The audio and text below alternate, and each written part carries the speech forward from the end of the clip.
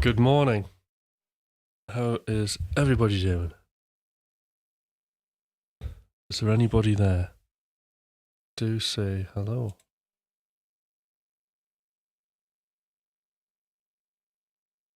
Oh, there we go. Enzo's there. Wonderful.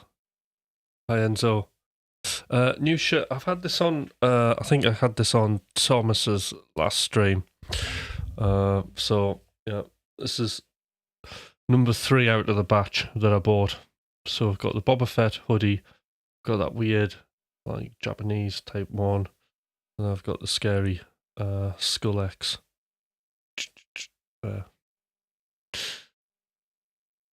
So something to brighten everybody's day up, yeah? All right.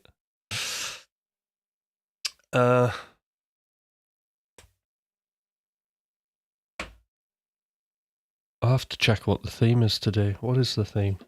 What did I say we were doing? Teaching and coaching, aren't we? Yeah, that's right.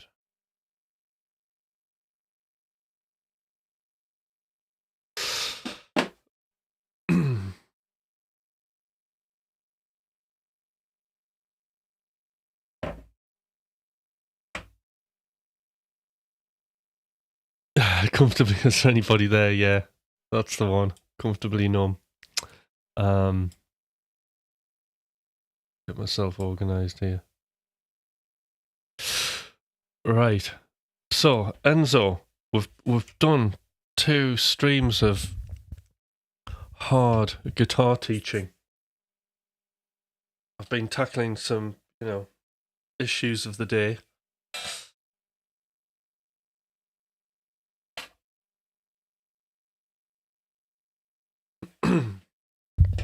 We've had we've had economy picking, we've had and we started doing hybrid picking.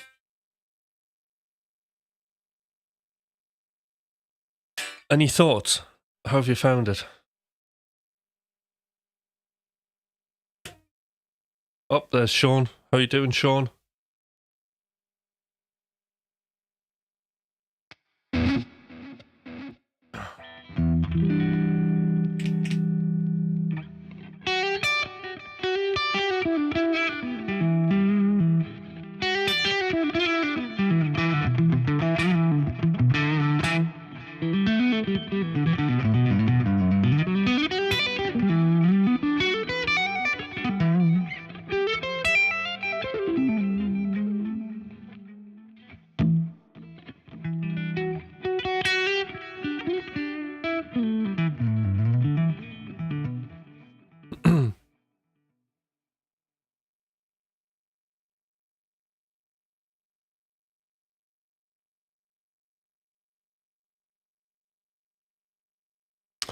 Hi, Sean. Good to see you on here. Doing great.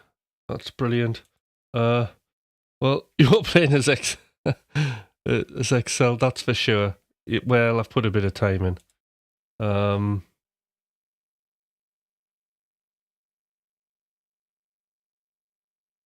So I'll tell you what has, though. I think, like, the thing that really has sort of improved my playing has definitely been doing the live streams and actually doing the teaching on here.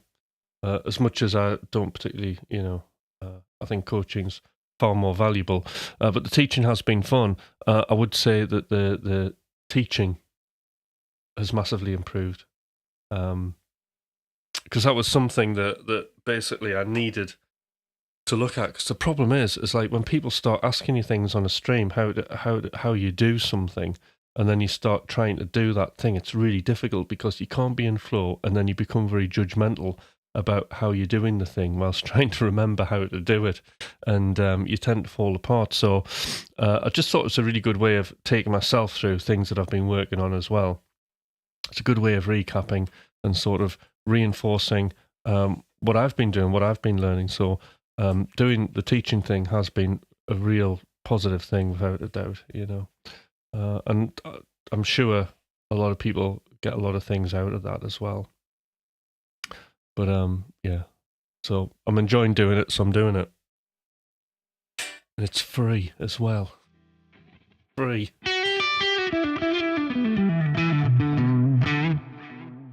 So I think the next thing is really just, I thought today could just be a general sort of guitar kind of knockabout. I can do some looping or whatever.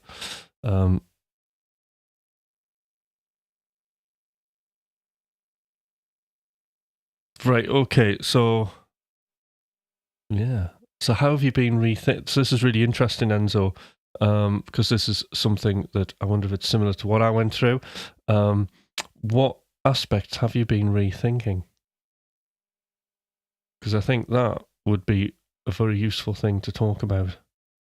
So I'd love to know what you've been rethinking. That's for sure.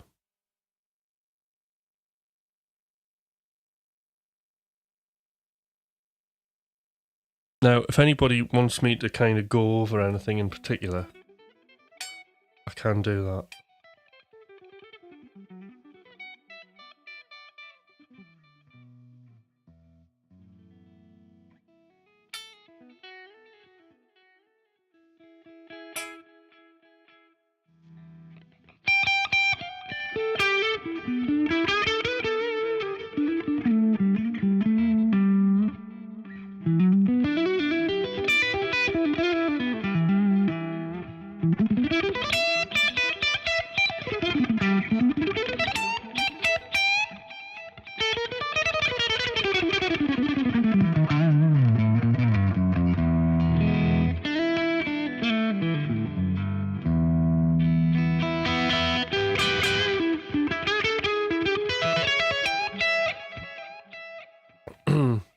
It's hard to explain without typing a paragraph. I want that paragraph, and so it's all right. You don't have to.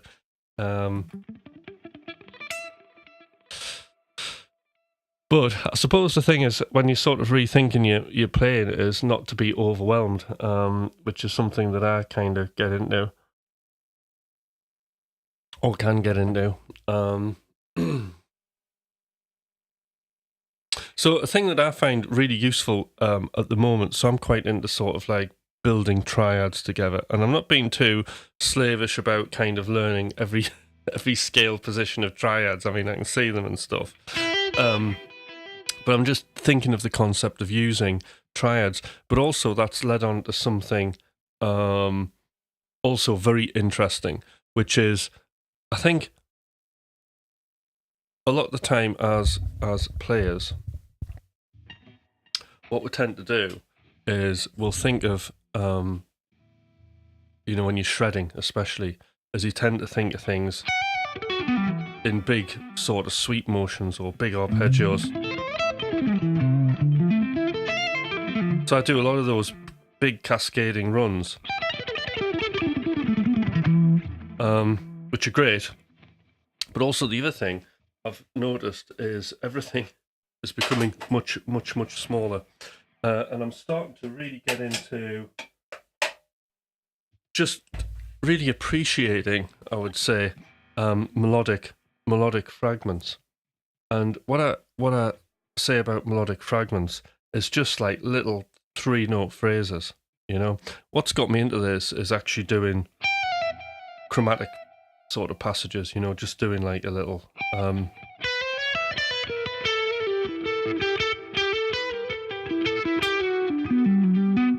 So these are all,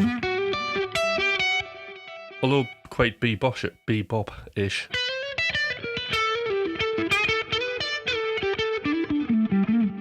They're made up of tiny little, it's the start of really thinking of tiny little melodic phrases and then tying them all together. So, for example, we might think of melodic phrases like as simple as this. I'm in E minor, just going up.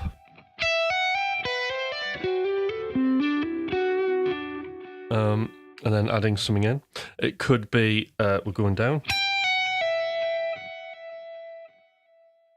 It could be we do. That's another one. And there you've got a phrase, haven't you?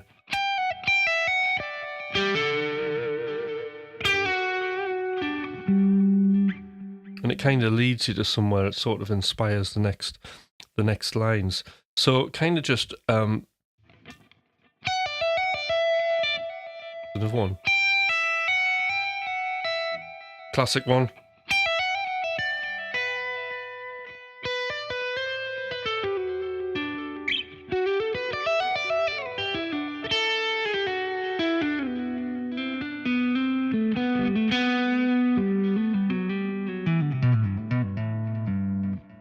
Just thinking of these like simple phrases and chaining them all together is sort of really kind of getting my playing going. And I think this is because like this week I noticed sort of like Saturday onwards my playing went into the into the ditch basically.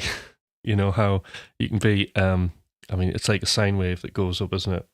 And as a player you can be on the top of the crest, which I have been, and then you come down the other side and then you're in a ditch and like, oh god, it's like you can't even, like, you forget how to play. So at that point, usually what kind of helps me get out of it is then to think of things, newer things, more interesting things that I can work on. So yeah, doing like little melodic phrases, okay, has really helped, and just doing these little scale fragments.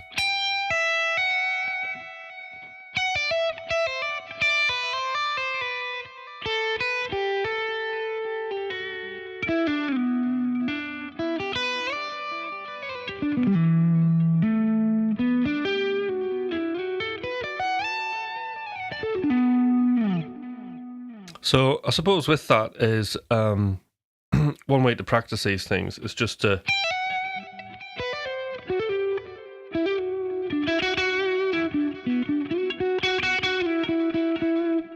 just kind of practice them in one area and then take them through to different positions. I mean, it's pretty kind of basic stuff.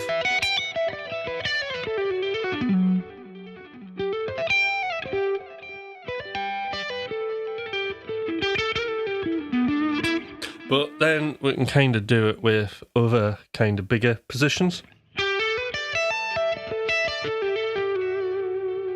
Like something like that. I think that's quite a nice phrase.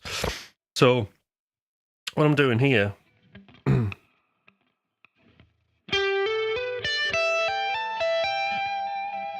just running up, doing a little melodic fragment, and then I'm combining a different type of sort of pentatonic arpeggio type run.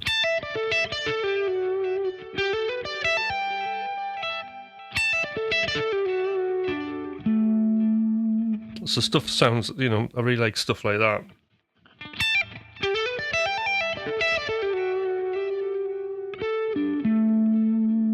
And fourths and fifths are great as well.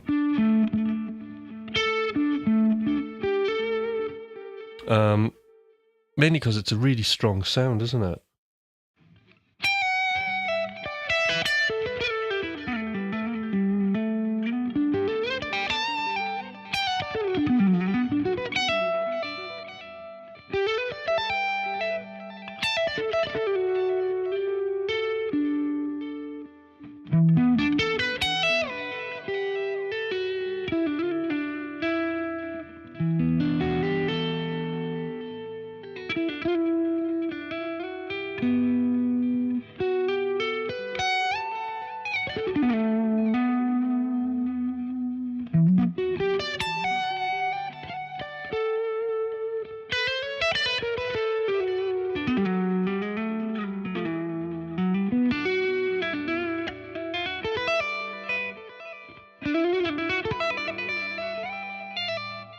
Yeah.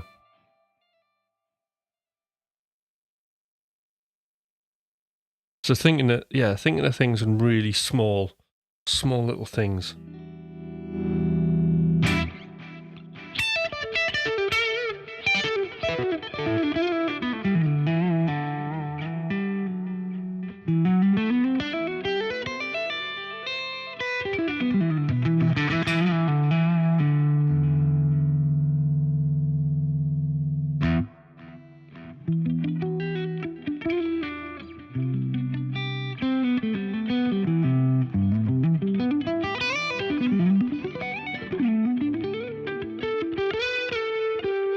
And then obviously combine them with the bigger stuff. Really massively helps, doesn't it?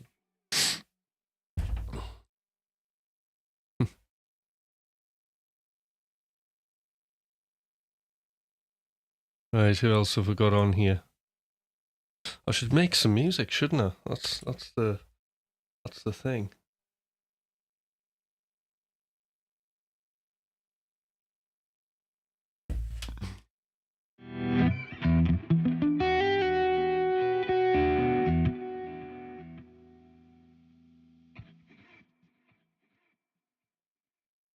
Right, let's see. How's this gonna work?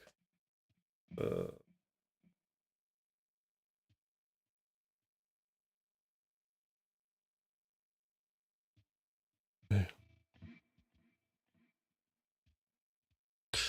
See what drums we've got loaded. Actually.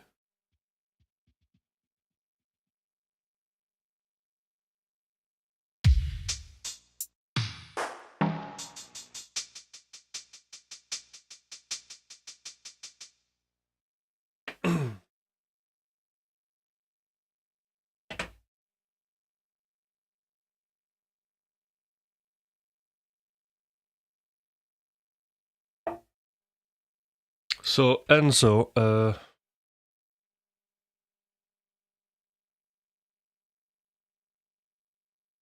right, right, oh, I had no sound there in my headphones. All right.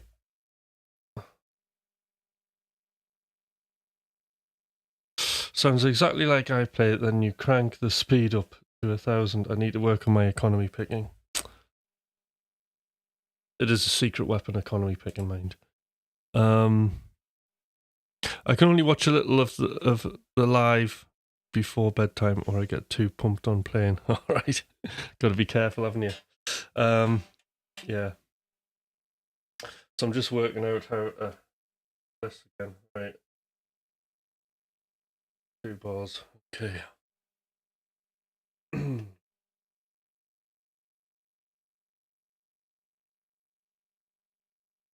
I was only half set up today.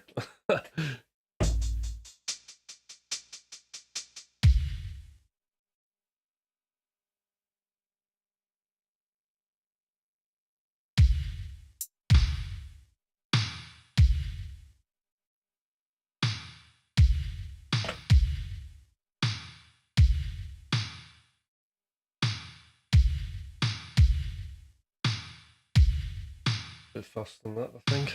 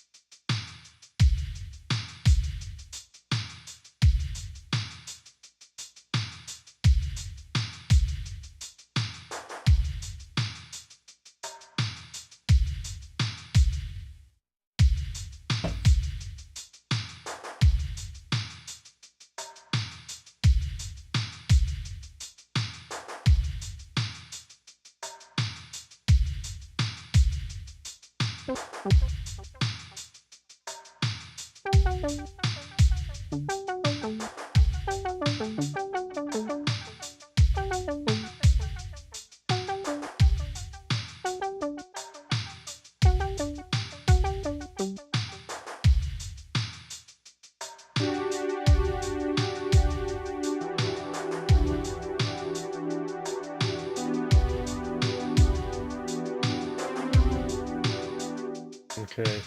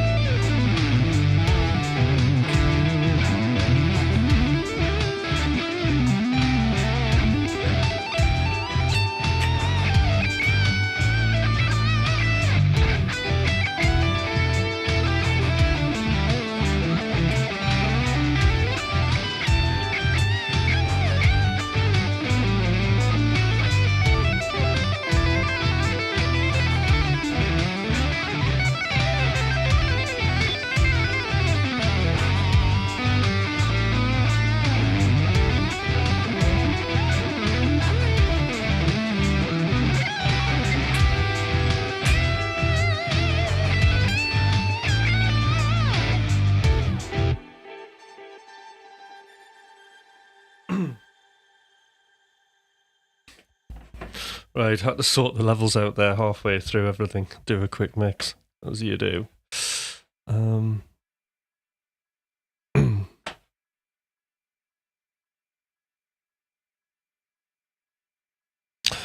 Work on new chord inversions, implied chords, and modulations when playing fast speed runs of arpeggios. Very good.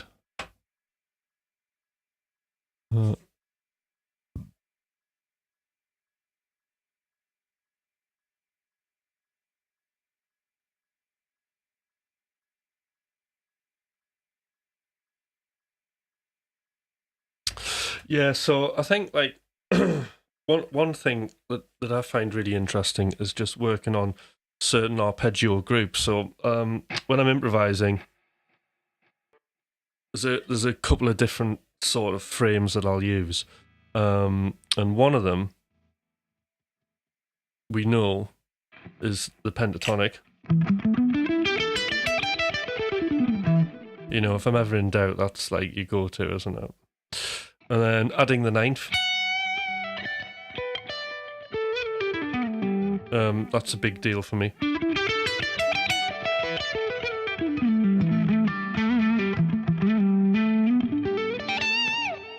So this is like if I'm playing over something that's like natural minor. Other than that, you know, and then what I'll do is I'll avoid using the C note unless it's in a particular phrase or a passing note, because it always sounds dead if I play this, right? I mean, it's in tune, but it's not the right note. But if you put it in with something, it sounds alright.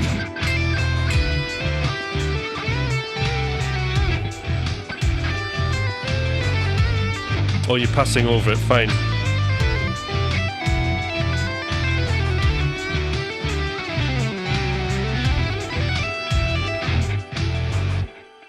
So you can use that, but certainly the ninth and the pentatonic scale, absolutely love that sound. But then the other thing is like arpeggios that connect together. There's like certain groups of arpeggios that work really, really well. And that's sort of like E minor, like G major group really well, B minor.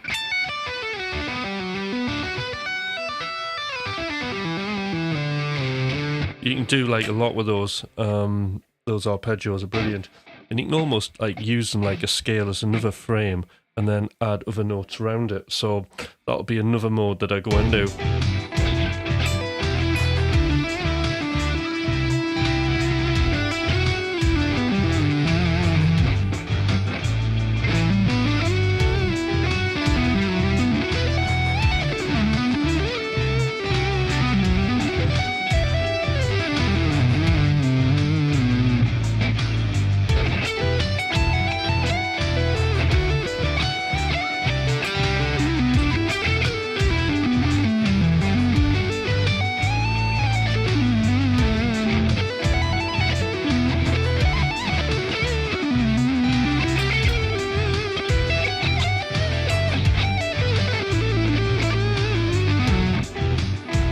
Are getting cold. So that'll be like another thing. So you'll see lots of that happening. These like E minor 7, E minor 9, and like I'll extend them as well.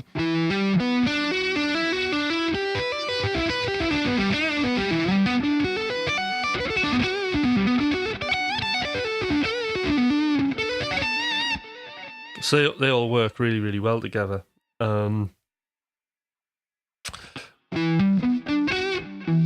But I suppose the interesting thing is there's like multiple arpeggios contained in them. So you've got like, you know, like if you've got an E minor 9, you've got like an E minor arpeggio, you've got a G major, and you've got a B minor. So like everything's contained in there. And then you've got your G major triad here now. So it's like what you're saying, Enzo, it's like inversions.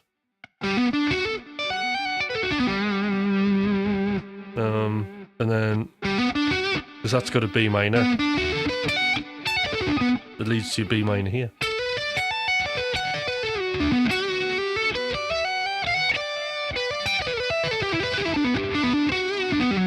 And all of these things are very closely related to each other. So then when you kind of compare that to the hexatonic scale, or the, you know, E minor pentatonic with the ninth added, they're all very closely related. But it gives you different sort of, I suppose, like hand positions and different sequences of notes that you can work with. So really, the next thing from there that I'll do is like I'll just start adding chromaticism in to make it sound interesting, or do weird interval jumps or what have you.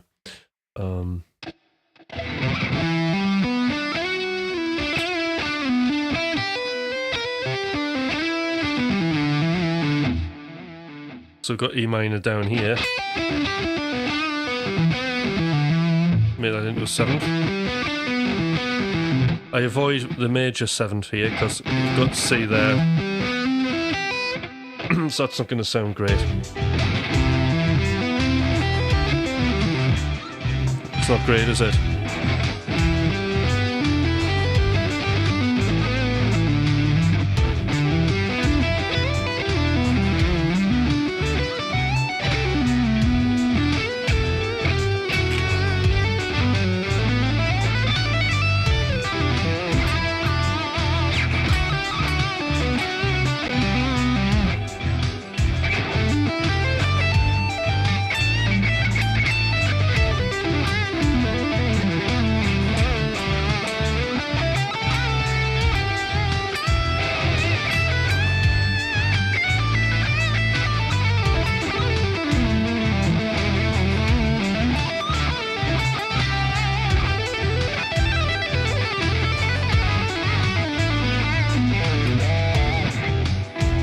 Lots of wrong notes this morning.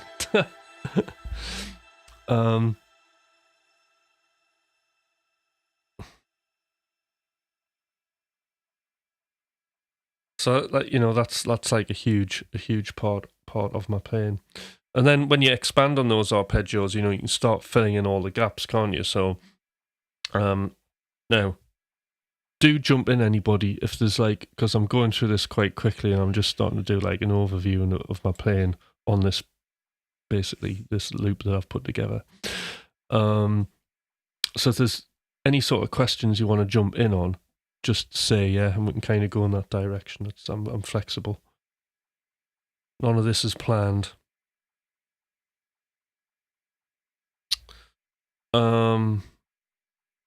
So yes, you can start filling in the gaps now. And this is coming back to those scale fragments, because these little fragments we can now use in the arpeggios as well. So if we think of, you know, something like this.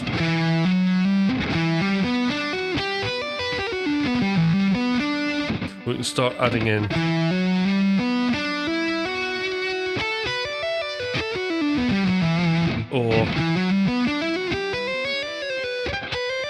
although we get the avoid note there.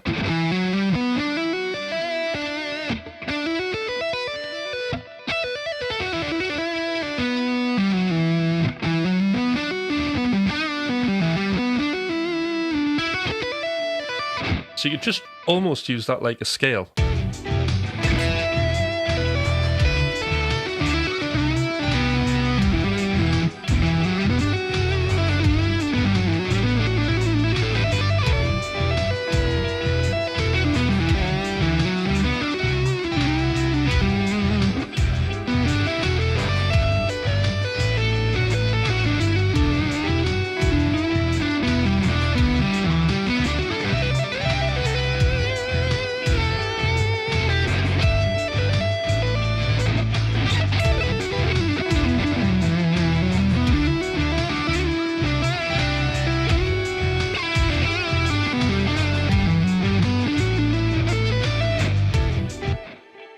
And then start applying that to all the other arpeggios.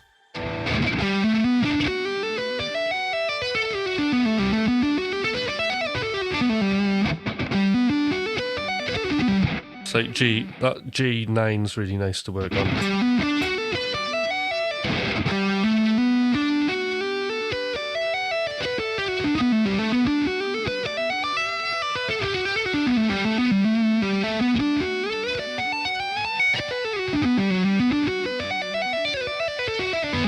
And then you just start connecting all the positions.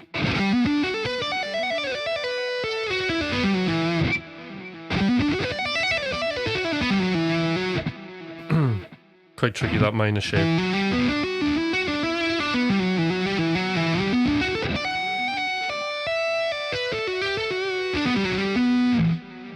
Right, let's give those two positions a go.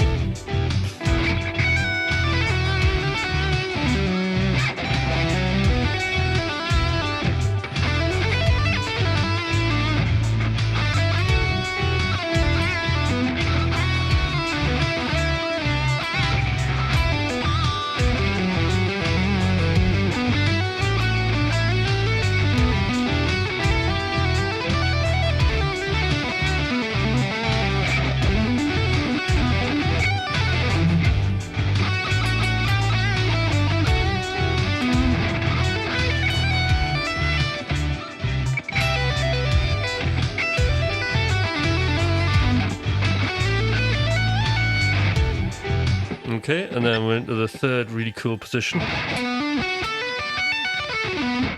We've got our B minor. So this one's just a straight minor 7. Because we end up, if we put a 9th in, we end up on the C.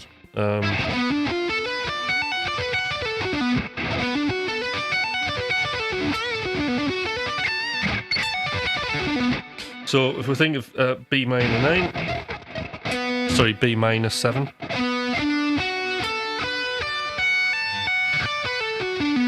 That's the next sort of bit that I'm connecting. And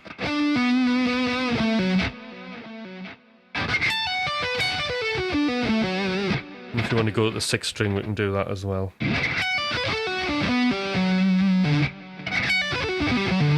If we want to extend everything.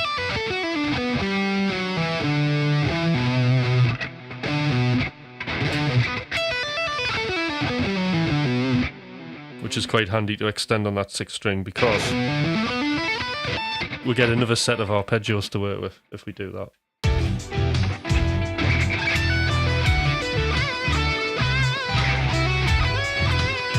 Oops, cheated.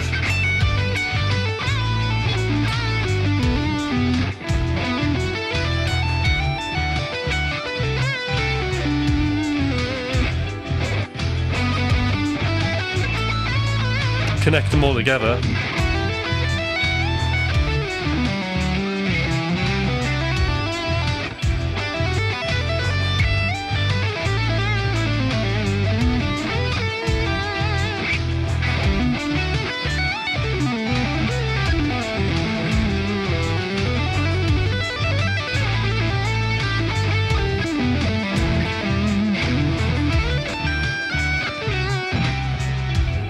So to make it more playable, it really helps if then you start connecting them with like pentatonic phrases as well, so you can just like combine everything. Like if I look at this here, I've got a number of options to kind of break out of that now arpeggio box. So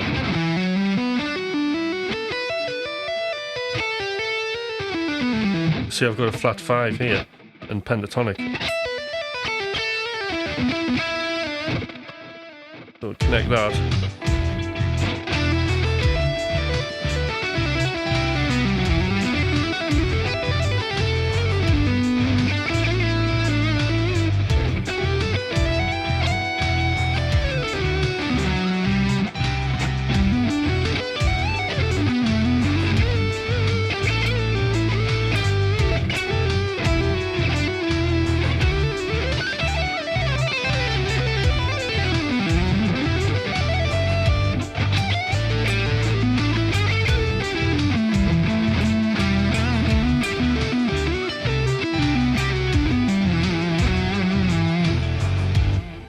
So there's ways you can kind of get in and out of stuff. Some guy, very good, thank you. You should chart out a 5 or 6 diagrams for everyone to practice with the ARPs. Right, I'll tell you what I'm going to do, Enzo. As I'm going to do this, okay? I'm now going to go through the different shapes, okay? Very quickly. So shape 1, we'll just do this E minor 9. So these are the basic shapes I'll use.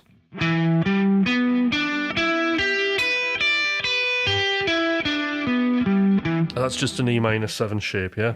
So we've got E, G, B, D, E, G, B, D.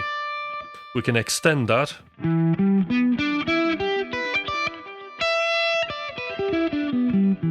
We can extend it further to a 9, so you can have just a straight 9. Okay.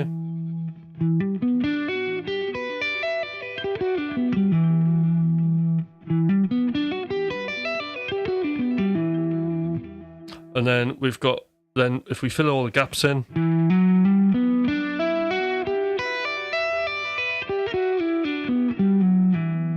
then people can slow that down, can't they? So those are like 3 different ways I look at it. The minor 7, minor 9.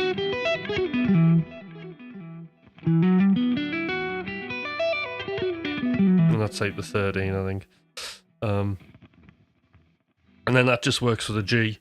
So you can have a G major 7, G major 9, and then we can have our 3-1-3 extended arpeggio.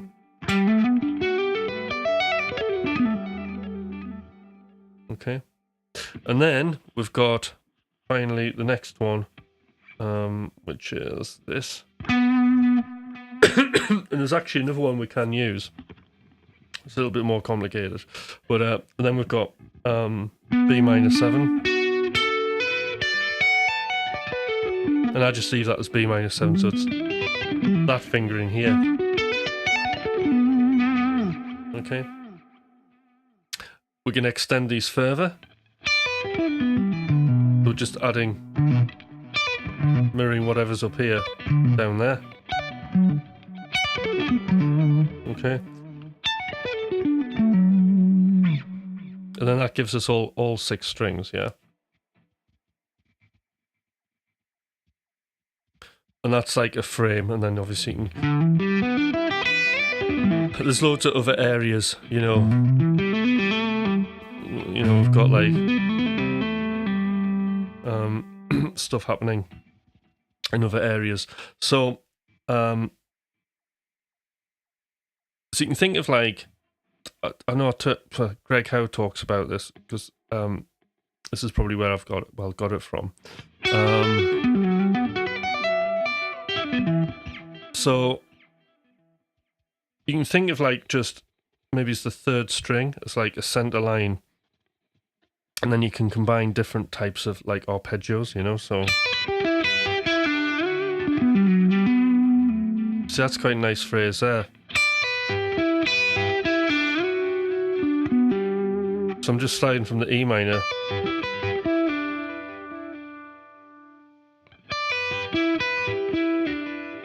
sliding up to the 9th.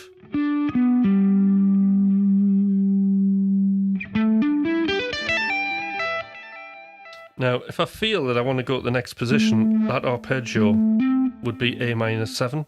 But I don't do that because it's not going to sound great. I've got like lots of C notes in that.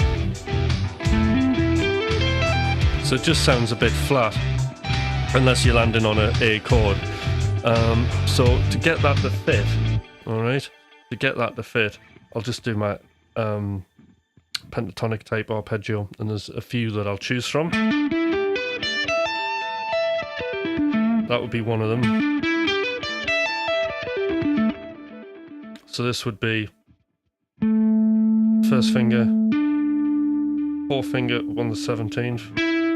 We're just following the E minor pentatonic scale. Got the note E there.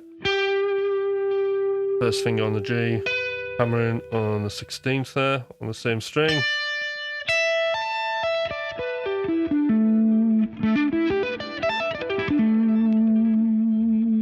So now we can add that in.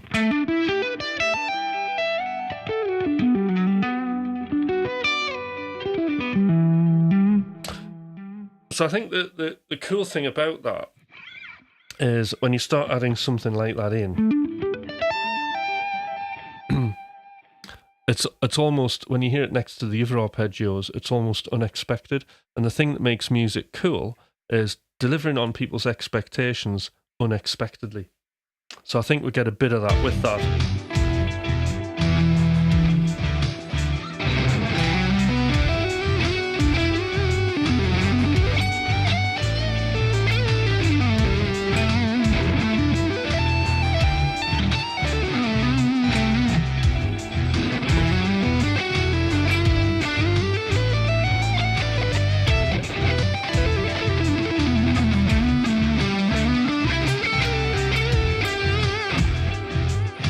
Right, and so this is what it is.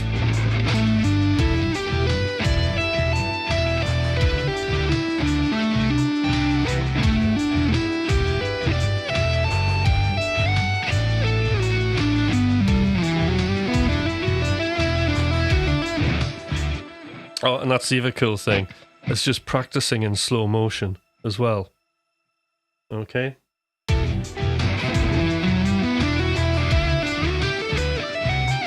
So here we go.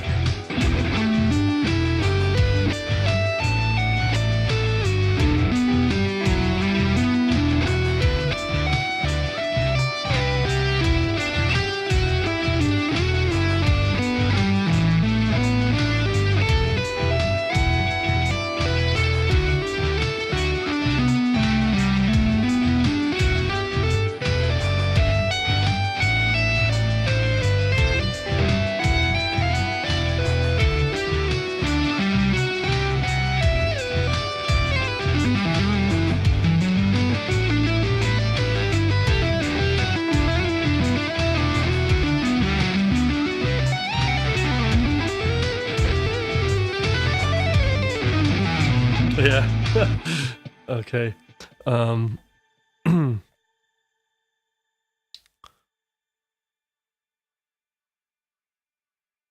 Did I know the guitar has a G string? It does, yeah.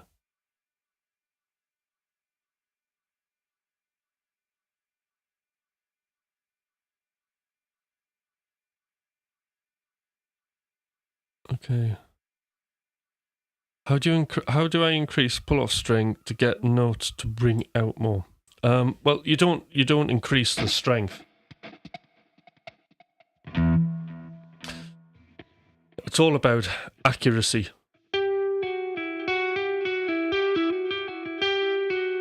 So it's like finger planting, all right? So if I want to really improve our legato, one way to do it, and it doesn't sound very good, is just simply to do hammers from nowhere.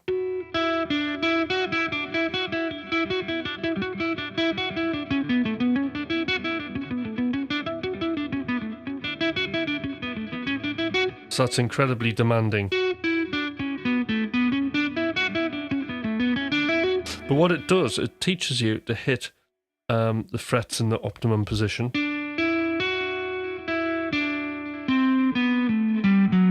Okay, and a lot of that's to do with the speed that your finger's hitting the frets. So you want a bit of velocity, but it isn't strength. Because if I just tap lightly, so I'm using really hardly anything there. That's really light.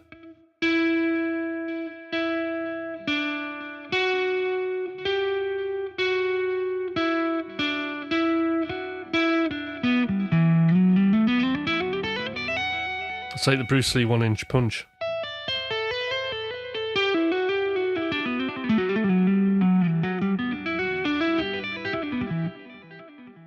So that's the first thing.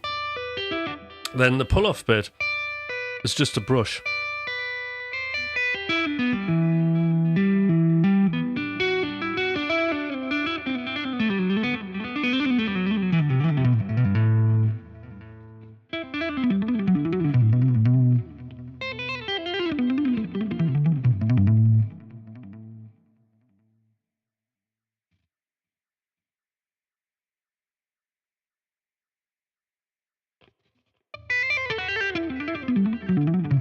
Yeah, that's a good point, Jeff, as well.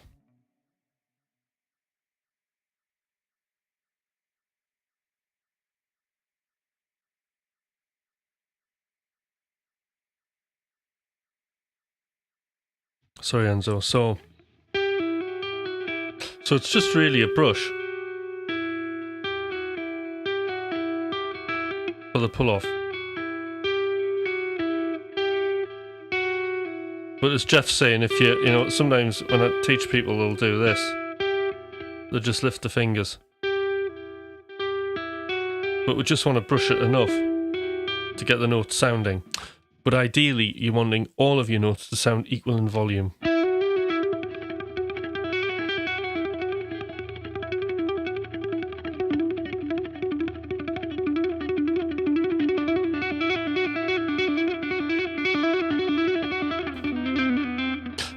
Another thing,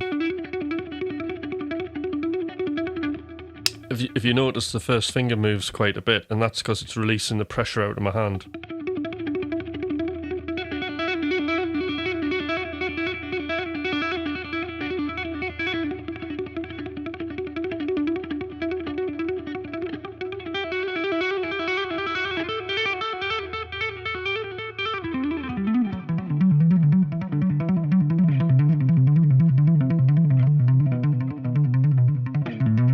None of this is strength.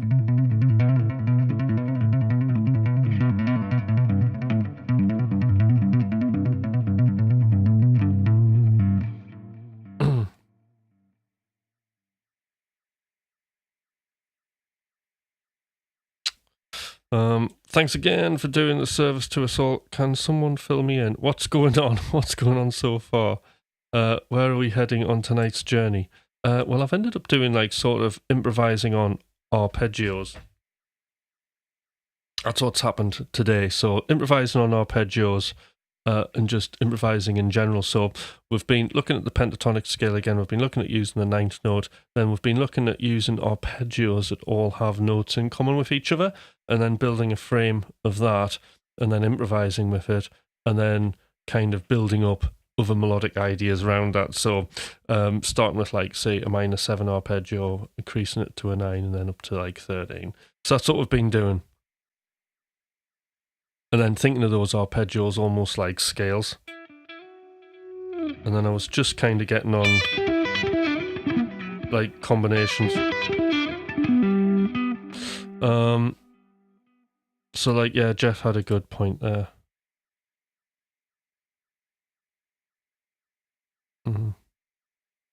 Now, I mustn't forget, right, because I've been forgetting every single stream. And that is, firstly, if you're new on here, do subscribe to the channel. That's really important. And do give a thumbs up. So a thumbs up and a like is brilliant. And also subscribe and get the notifications. Now, there's a few things going on the channel. At the minute, I'm going through a massive guitar phase, to slightly put it mildly. And the other thing is like, actually this year, although I'm producing music as well, and there are plans for a third McLaughlin and Hutch album. So I've got goals that I need to do on guitar, and that's really what I'm working on. I'm really working on embedding my guitar playing into my life. So I'm practicing all the time, learning new things, and it's just really about getting really, really good and building on my already existing style. So that's what I'm doing, and mainly, becoming very, very good at improvising. So I've got a lot of stuff, goals that I need to do around that. So hence me always having a guitar on the lives, because I mean, playing in front of people like every day or most days, or even just like once a week, right, is going to massively improve you. So, but I'm doing it like several times a day at the minute. And every time I play, I review it, and then I try and sort of like fix the things that go wrong.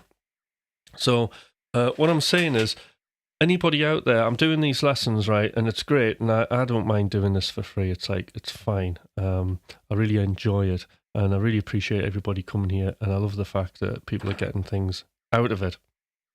There's only so far I can help you, though. And then the next level to this is, I do have some capacity for guitar lessons. Okay, so anybody, the reason you would come for a lesson with me, right? Okay, is if you're struggling and you're not sure, right? Okay, the advantage of just having a guitar lesson would be that it's going to save you time and it's going to give you clarity. Now, think how much that would cost, right? Okay, saving that time, having clarity, knowing what you're doing, you know, and you can call in, you can have just one lesson to get clarity. I mean, when I first got back into shredding, I had about 6 or 7 lessons from Rick Graham. Why? Because I needed clarity. I wasn't prepared. As soon as I started thinking about things in multiple ways and then thought, this is like a real time hog, I need clarity, I went to him to get that, and that's what I got. A lot of the things I knew, and I was kind of on the right line. Some of the things I wasn't.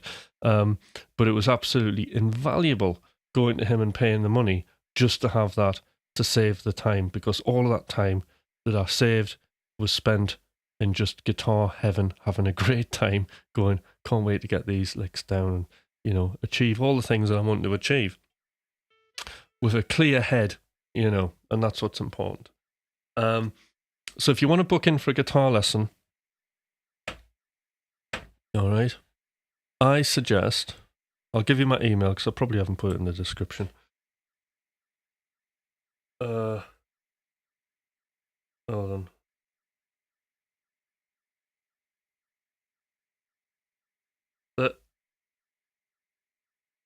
There's the email, but it will be in the description on the channel or the about, something like that. You can also join the Discord and catch me there. So the Discord link's definitely in the about on this channel, so you can definitely get it there. So save time, okay?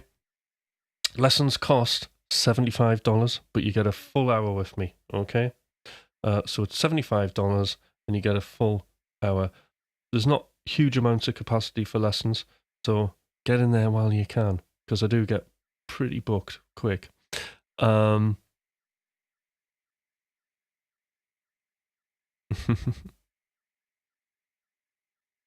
look, there we go. How you doing?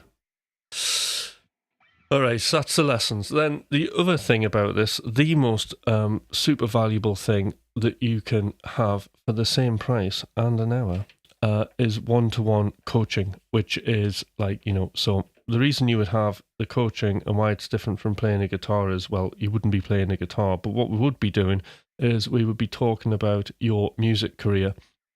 So anything that you're getting stuck on, if you're procrastinating, find it hard to work out what direction you want to go in, if you're really thinking about having music as a career, okay, and you need clarity on that, then music coaching is what I'm all about.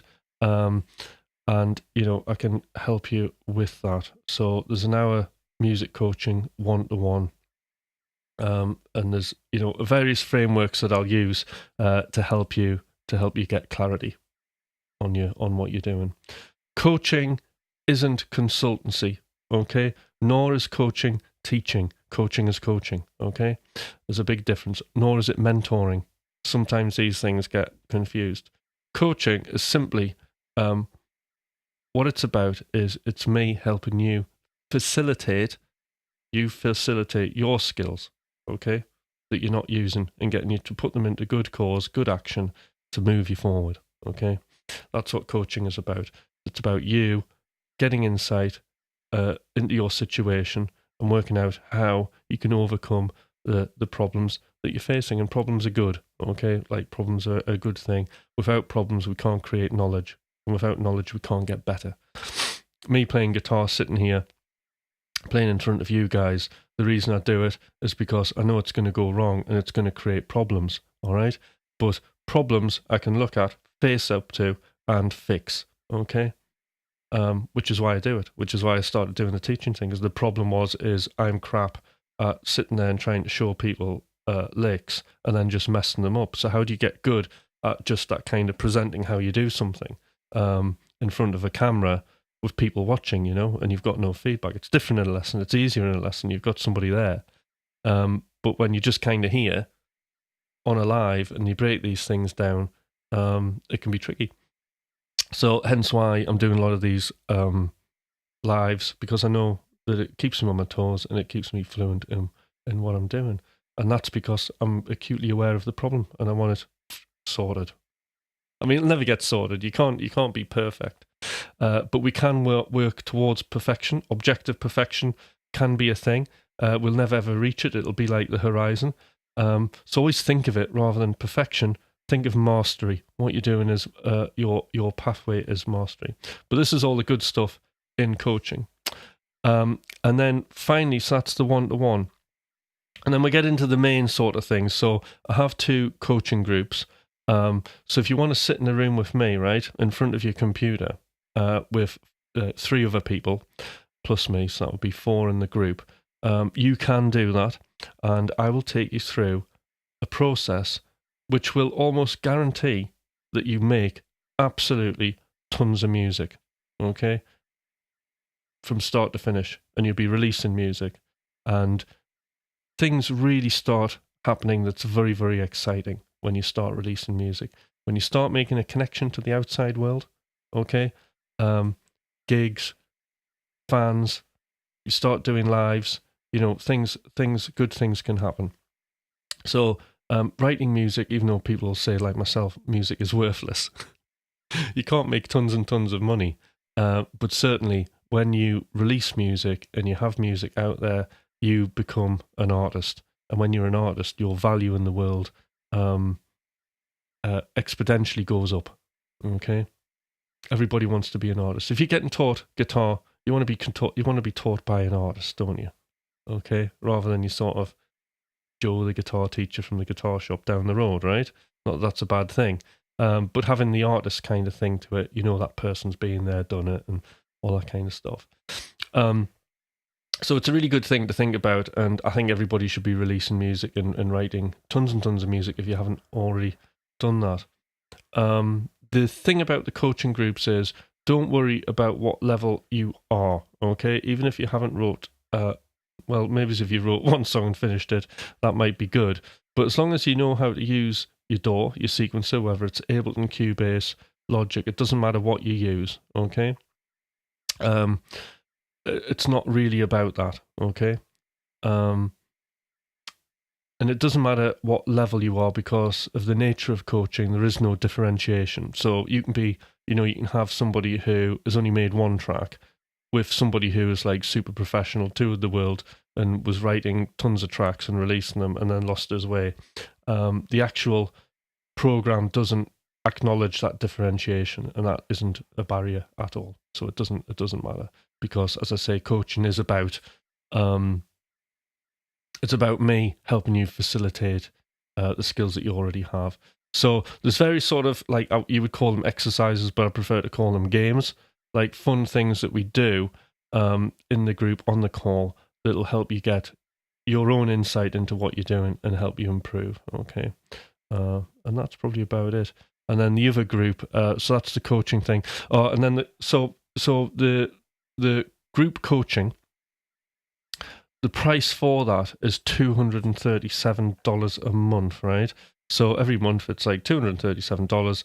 You need to do at least 3 months, okay, to get through it. Okay, you need to do 3 months to make sure it's sort of kind of there and you're up and running. Okay, usually what happens is people just stay on. I've had people on for 2-3 years, and it's like kind of the way they're like that point of contact coming in, a refresher, and it's also seen as a way to make music, which is great. And you're constantly getting that coaching. So I always get coached every week. And I have 2 coaches. So I just think it's like an invaluable thing to do.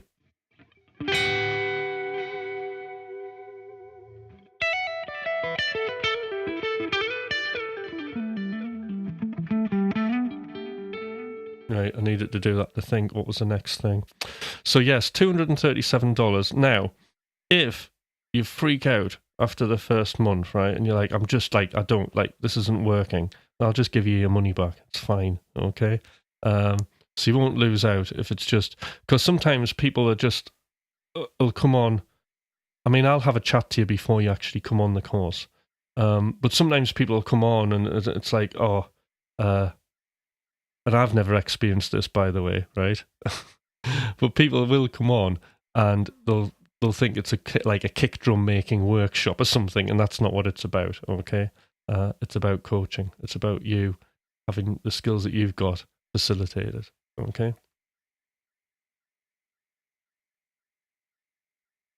Yeah. So the coaching, Sean, we meet up on Zoom, and it's a 2-hour call. So you're in a room with me. God help you, for 2 hours making music. I'm not taking any lessons from anyone now.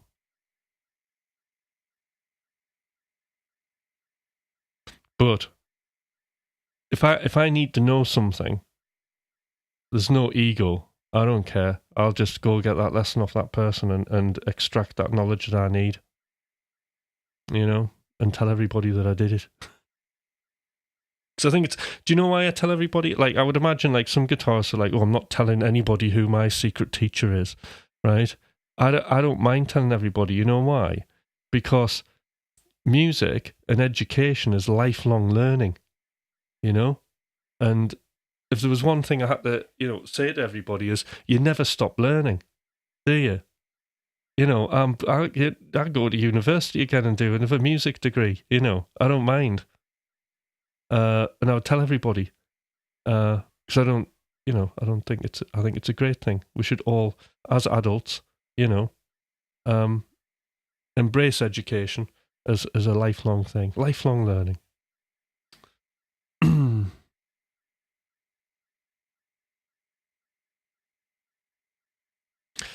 A teacher had a PhD, and he always told me that I should always have a teacher as he did. Absolutely, 100%. I'm learning off other people all the time, and it's not just, I pull from all sorts of resources,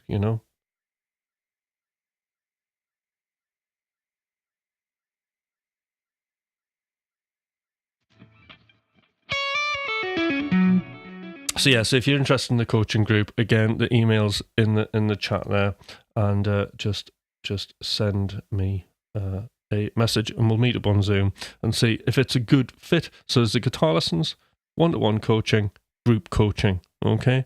And then there's only one other thing, right, which I'll only briefly mention, is that there's the GoPro group, okay?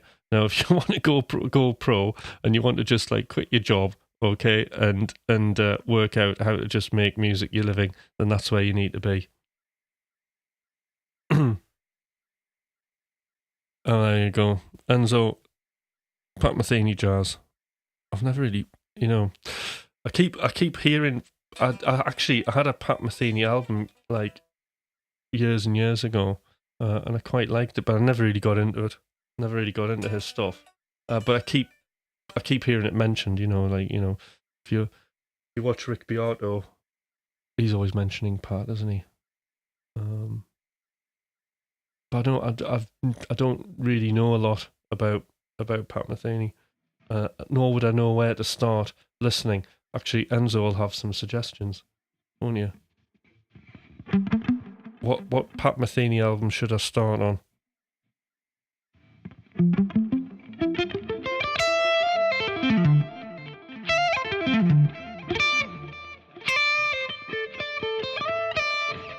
Right, okay.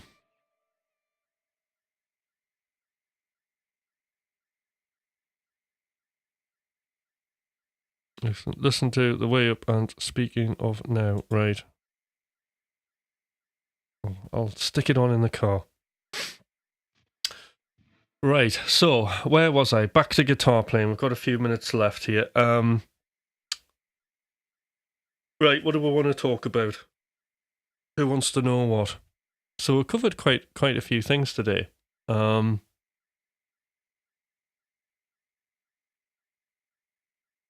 right, now this is a good one.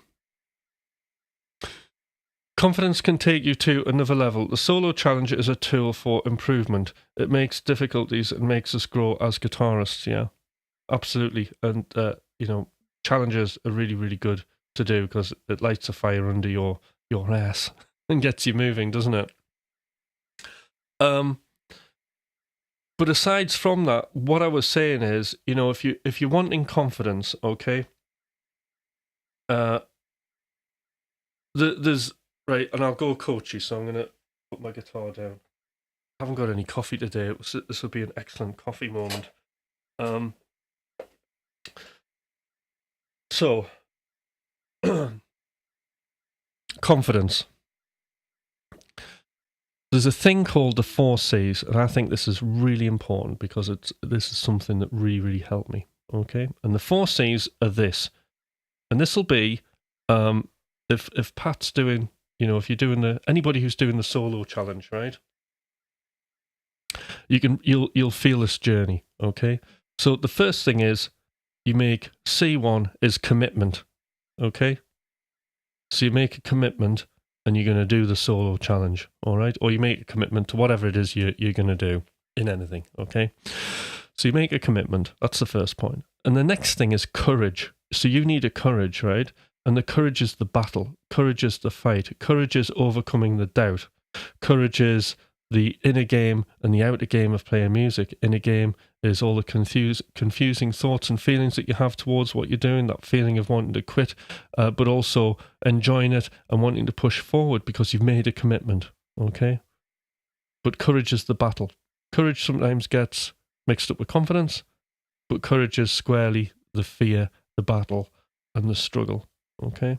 So that's the next part of it, and I'm sure there'll be plenty of you going through that, you know, and this is like the thing for me is like when I see people like last time when we did the competition, it's very sort of emotional and overwhelming in a way, seeing all these entries because not everybody can win, but I know the courage and the commitment that everybody's had to make, okay?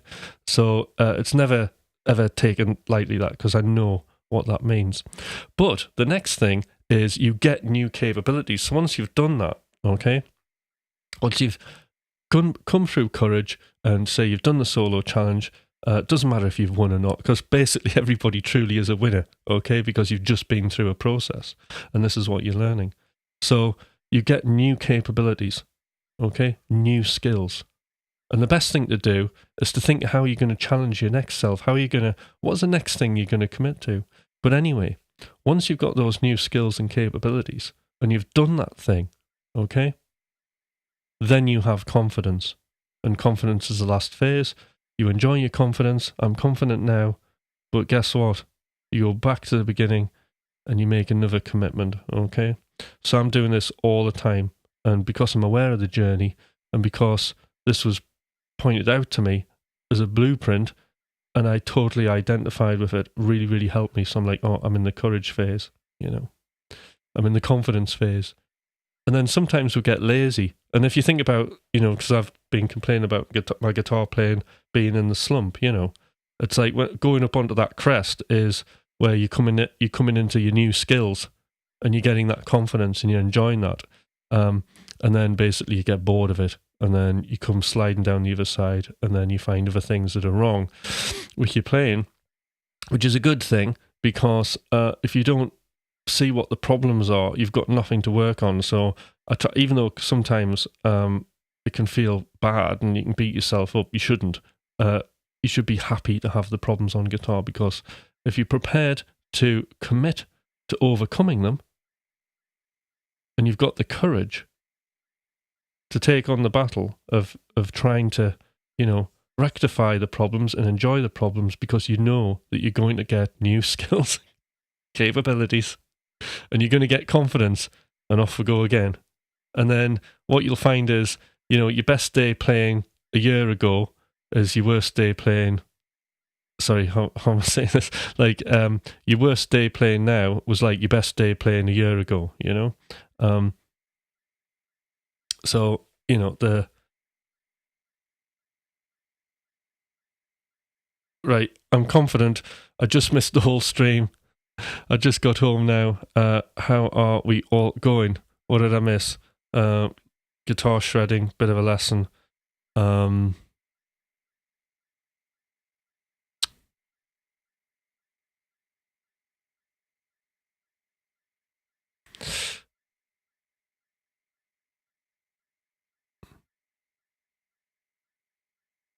There you go. You're not alone. This is absolutely the truth. Maybe.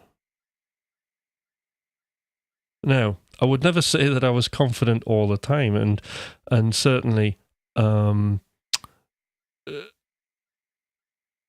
me going through this phase of wanting to then suddenly drop the kind of well, I haven't dropped the coaching thing, but on the lives, just suddenly, weirdly, from a music point of view, coach, get in and start playing a guitar and then start teaching people as to overcome those problems of synthesizing my problems and being able to explain them on a camera in front of people, rather than being caught out and then falling to bits, because I could be shredding amazingly well, and then suddenly somebody will ask me to play something and like break it down, and then it's like you become very judgmental over your playing, and you're making mistakes and all kinds of things, and you have to think about how you did it and all that.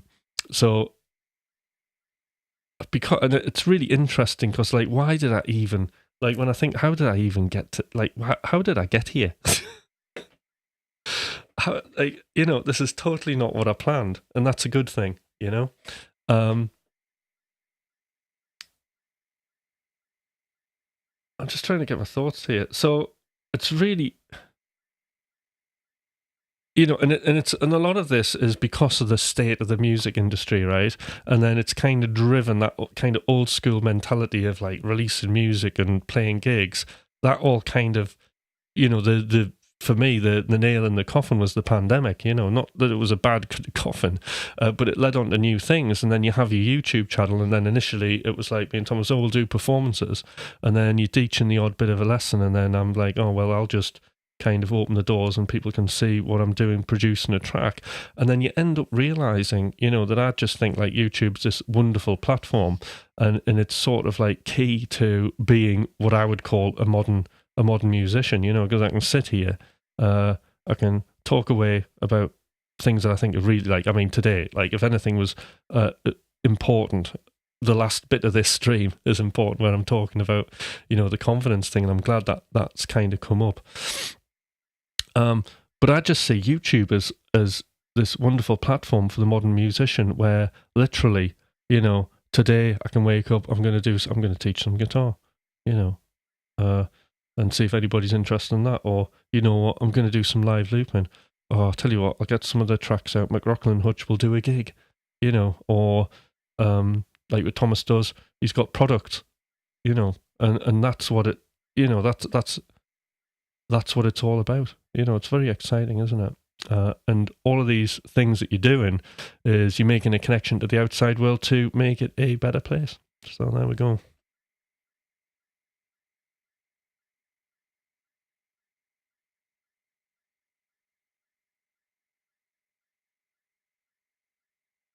And I think this is the thing about music, right? All right, on. Oh, where's it gone? Personally, I haven't played for a few months or maybe years with confidence. In a couple of days, I've become the same again without practicing, just trusting to capture my ideas, and it was magical. So there we go. Excellent. But you've got to focus, and you've got goals there, Pat, as well, that you're working towards. There's a direction, so you've got something to measure against.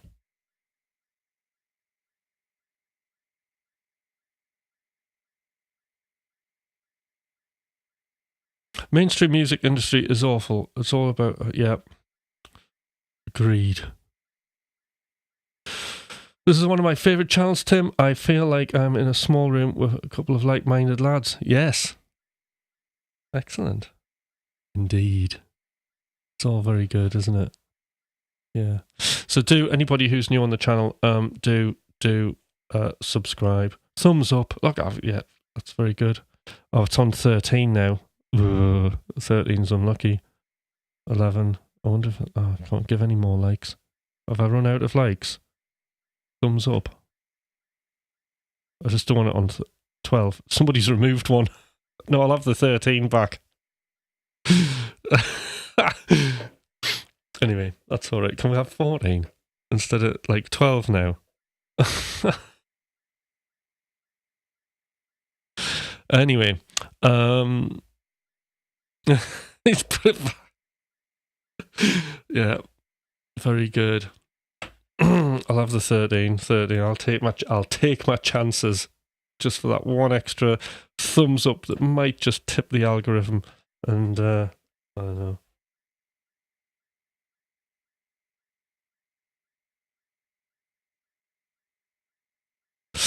No, there was some serious shredding going on, Pat, before.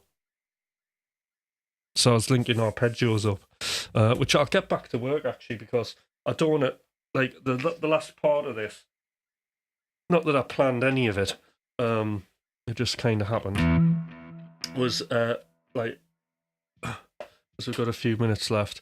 So it was just connecting arpeggios is what we're doing. So I'm connecting E minor 9, making it into a 13, and then the same with G and B as well. And then, but actually B minor is just left as B minor, right? But this is all explained early on. But then the next part of it, so basically taking this G, what we've got is when we've fully extended it, is we've got that. And the same with the E minor. Or you get the avoid note if you do that. And then B minor, we've got an avoid note there, so I kind of tend not to kind of bother with that much. But what I want to do is add some chromatic notes to this, and it's dead obvious really. So we take the E minor,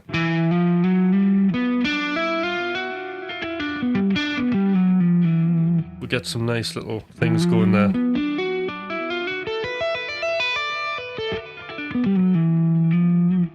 Same with the G.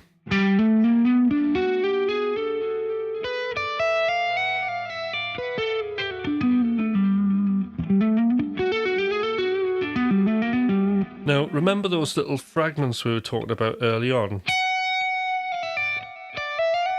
So you got down, up. That's a good one. And we can start using these.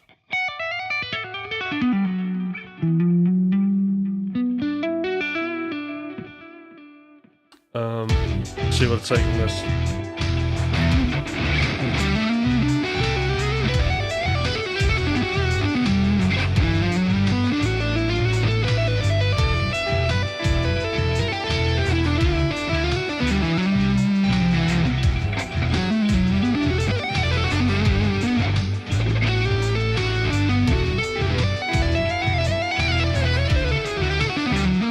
Oops.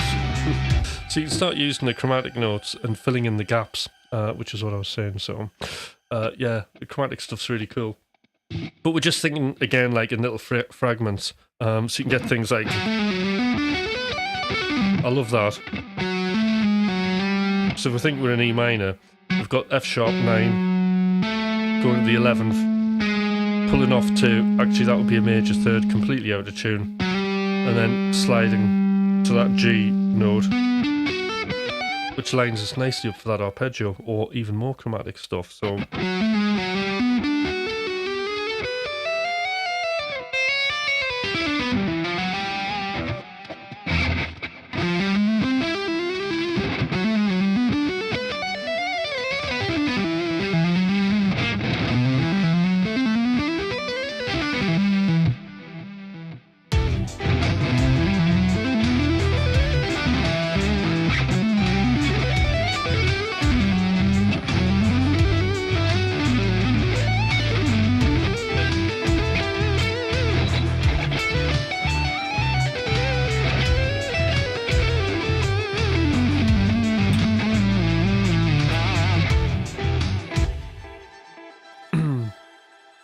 yeah, Sean Lane vibe. You see, there's another guitarist I've never spent much attention to. I've just realised the time, guys, and I just need to 1 second. Let's get that back there. Get that ban that bot. Right. Okay, everybody. So that's it. Hope you've enjoyed the stream. I should be back. I might be making Monday might be making some content. Not sure yet. But certainly I'll be back next week, possibly Monday, definitely Tuesday. And I'll see you guys then. All right. Bye.